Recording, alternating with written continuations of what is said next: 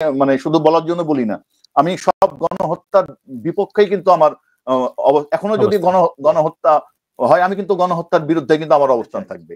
একজন শিল্পী যদি যে কোনো গণহত্যার বিরুদ্ধে প্রতিবাদ করতে চাই, আমার মনে হয় শিল্পীকে কোনো দলের হওয়া উচিত না। এটা নিয়ে কিন্তু আমি স্ট্যাটাসও লিখেছিলাম একটা, কি শিল্পী থাকবে শিল্পীর মতো, নিজের মতো, সে তার শিল্পকর্ম করবে। নতুন খুব বেশি গান কিন্তু মানে এখন শিল্পীরা আসলে বুঝতে পারছে না কি তারা কি ধরনের গান তৈরি করবে। আমার মনে হয় এটা নিয়ে বাংলাদেশের শিল্পী সমাজ, সাংবাদিক সমাজ, আমার মনে হয় যারা দেশের বুদ্ধিজীবী আছে, আমার মনে হয় এসব নিয়ে তাদের একটা গোল টেবিল করে আমার মনে হয় কি এই এখান থেকে উত্তরণের পথগুলো বের করা উচিত। কি আসলে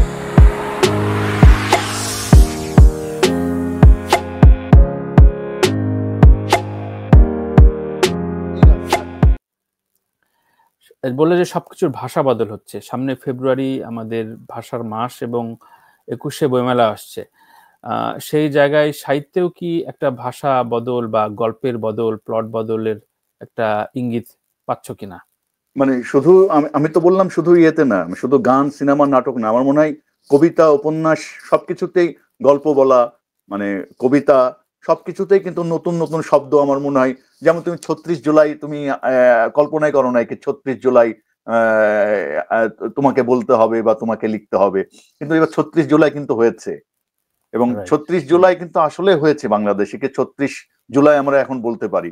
আমার মনে হয় তুমি যদি ৩৬ জুলাই যদি স্বীকার করতে পারো, তাহলে কবিতায়, গানে, উপন্যাসে, গল্পে, প্রবন্ধে কেন এটা থাকবে না? আমার মনে হয় কি তুমি নতুন নতুন নতুন অনেক শব্দ, নতুন নতুন অনেক মানে গল্প, নতুন নতুন অনেক উপাখ্যান তুমি এই আগামী বইমেলাতে দেখতে পাবা। যেন আমার তো খুব ভালো লাগে লাল জুলাইয়ের কবিতা বা লাল আগস্টের কবিতা, আমার কিন্তু শব্দটা শুনতে ভালো লাগে। একটা দ্রোহ, একটা শক্তি জায়গায়। হ্যাঁ, তুমি কি লাল জুলাই বা লাল আগস্ট তুমি কখনো শুনেছিলা? আমার তো মনে হয় তুমি শোনো নাই। এগুলো তো আমাদের আমার এবং আমি সবসময় বলি কি করোনা, এই গণ অভ্যুত্থান, ছাত্র জনতার এই গণ অভ্যুত্থান আমাকে নতুন ভাবে মানে স্বপ্ন দেখতে শিখিয়েছে, এবং নতুন ভাবে জীবন সম্পর্কে আমার মানে আমার তোমার যদি মনে থাকে, আমরা যখন করোনায় আমরা যখন তোমার গাড়িতে করে আমরা যখন যেতাম, আমরা কিন্তু জীবন নিয়ে, জীবনের বিভিন্ন বিষয় নিয়ে কথা বলতাম। ঠিক একই রকম অভিজ্ঞতা আমার হয়েছে আমি যখন এই আন্দোলনের দিনগুলোতে যখন অফিসে যেতাম, মানে কারফিউর দিনগুলোতে যখন অফিসে যেতাম, এই আন্দোলনগুলো দেখতাম, আন্দোলনের সাথে টুকটাক জড়িত হওয়ার চেষ্টা করেছি, মানে কতটা পেরেছি আমি জানি না, টুকটাক জড়িত হওয়ার চেষ্টা করেছি। কিন্তু ১৬ই জুলাই থেকে কিন্তু আমাদের এই ফেসবুক অ্যাক্টিভিটিস কিন্তু ১৬ জুলাই থেকেই ছিল। না, জাহিদাপুর মাঠেও ছিল, এবং সেই শহীদ মিনারে যাওয়া থেকে শুরু করে তুমি মাঠে, শহীদ মিনার, তারপর ধানমন্ডি ফার্ম গেটে যেদিন প্রথম শিল্পীরা একাত্মতা ঘোষণা করে, সেদিন আমি সাংবাদিক হিসেবে গেছিলাম। আমি ধানমন্ডিতেও সাংবাদিক হিসেবে গেছি, তাদের সাথে মিশে গেছি, শহীদ মিনারেও তাদের সাথে মিশে গেছি, মানে থাকার চেষ্টা করেছি আর কি একটা মানে একটা অভ্যুত্থানের সাথে। এবং আমি সবসময় যেটা কথা বলি কি মানে আমি মানে শুধু বলার জন্য বলি না, আমি সব গণহত্যার বিপক্ষেই কিন্তু আমার এখনো যদি গণহত্যা হয়, আমি কিন্তু গণহত্যার বিরুদ্ধে কিন্তু আমার অবস্থান থাকবে। একদম, মানে এটা স্বাভাবিক মনুষ্যত্ব বা মানবিক বোধ থেকেই থাকবে। কোন মানবিক বোধ থেকে আসলে আমার সব ধরনের, মানে আমি আসলে কোনো দল বা মত, আমি আসলে কোনো দলের না, মানে আমি আবারও আমাকে ক্লিয়ার করি, আমি কোনো দলের না, আমি গণহত্যার বিরুদ্ধে আমি সবসময় সোচ্চার থাকতে চাই, যে কোনো গণহত্যার বিরুদ্ধে আমি সোচ্চার থাকতে চাই। তাহলে জাহিদ, দুটো প্রশ্ন রাখতে চাই, যে প্রশ্নটা আমার সাথে খুব কমন, সেটা হচ্ছে শিল্পীদের দলের সাথে সম্পৃক্ততা এবং দলের সাথে কাজ করার কতটা যৌক্তিকতা আছে বলে মনে করো, যেহেতু অনেক কিছু প্রশ্ন উঠেছে এখন। আমার যেটা মনে হচ্ছে, আমি যেটা বিশ্বাস করি, আমি সবসময় সেটা বলি, আমার মনে হয় কি একজন শিল্পী যদি কথা বলতে চায়, একজন শিল্পী যদি যে কোনো গণহত্যার বিরুদ্ধে প্রতিবাদ করতে চায়, আমার মনে হয় শিল্পীকে কোনো দলের হওয়া উচিত না। এটা নিয়ে কিন্তু আমি স্ট্যাটাসও লিখেছিলাম একটা, কি শিল্পী থাকবে শিল্পীর মতো, নিজের মতো, সে তার শিল্পকর্ম করবে, এবং যদি শিল্পকর্মের মাধ্যমে সে প্রতিবাদটা করতে পারে। আমি বললাম নাকি যে কোনো গণহত্যার বিরুদ্ধে আমি আছি। আমার মনে হয় একজন শিল্পীর মানে আমার ব্যক্তিগত মত যেটা কি একজন শিল্পী কখনো কোনো দলের হতে পারে না, শিল্পী সবার। আবারও আসি 5 আগস্টের পর থেকে যে এই প্রসঙ্গটা আসছে, যেই ঘটনাটা ঘটে গিয়েছে, আলো আসবে গ্রুপের কিছু শিল্পীরা রয়েছে, অন্যান্য সঙ্গীত শিল্পীদের কেউ দলদাস ছিলেন, কিন্তু পরবর্তীতে যেটা হয়েছে যে অনুতাপ বা অনুশোচনা বা সরি বলা কিংবা সংশোধন হওয়া যদি ভুলও থাকে, একটা ডিভিশন তৈরি হয়ে আছে। তো এই জায়গায় কি মনে করো যে এক ধরনের প্রশমন, সেটা আমি যেমন রাজনৈতিক অনেক নেতার সাথে গত 2 মাস আলাপ করলাম, প্রায় 20 থেকে 22 জনের সাথে, তাদের ক্ষেত্রেও একই ন্যারেটিভ। শিল্পীরা যারা দ্বিধাবিভক্ত হয়েছে, তারা যার যার বিশ্বাসে অটল, অর্থাৎ কোলাবোরেশন করছে না বা আগের ভুলটা স্বীকার করছে না বা সংশোধনের জায়গাটা তৈরি করছে না।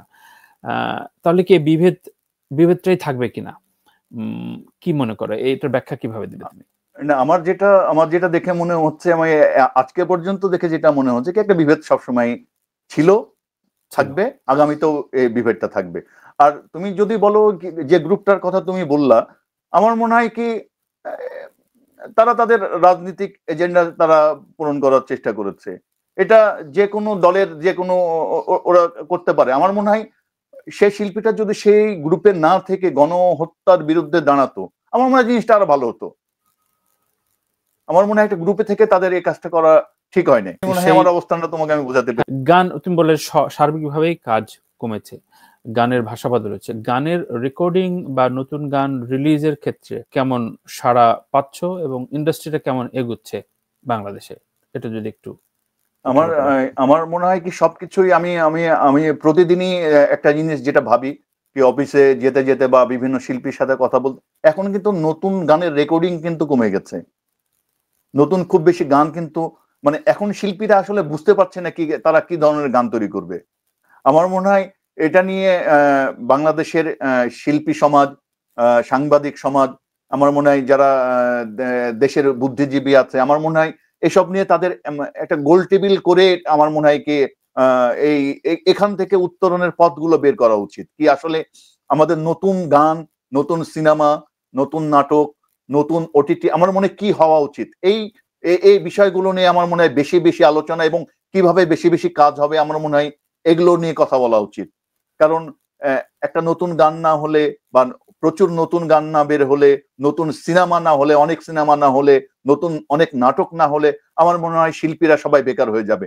এবং এখানে করোনা কালে যেমন আমি তুমিও লিখেছো বা আমিও লিখেছি যেটা কি আমরা শুধু আমাদের চিন্তাই করছি, কিন্তু এর সাথে যারা আলোর কাজ করে, যারা মানে এই মেকআপের কাজ করে এবং ছোট ছোট চরিত্রে যারা অভিনয় করে এবং যারা গান রেকর্ডিং করে এবং রেকর্ডিং স্টুডিওতে যারা কাজ করে, আমার মনে হয় তারা কিন্তু একটা খারাপ সময়ের ভিতর দিয়ে যাচ্ছে। তাদের কথা কিন্তু আমরা কেউই ভাবছি না। আমার মনে হয় এই বিষয়গুলো নিয়ে সব মিলিয়ে প্রায় 5 লক্ষেরও বেশি এই টোটাল শিল্পী সমাজ, মানে 5 লক্ষ পরিবার। আমরা তো তারকাদের কয়েকজনকে চিনি বা আলোচনা করি। আমরা তো তারকাদের কয়েকজন হয়তো ভালো আছে, তাদের কোনো এটা করোনাতেও তাদের সমস্যা ছিল না, কিন্তু 5 আগস্টের পর কিন্তু অনেকেই কিন্তু বেকার হয়ে গেছে।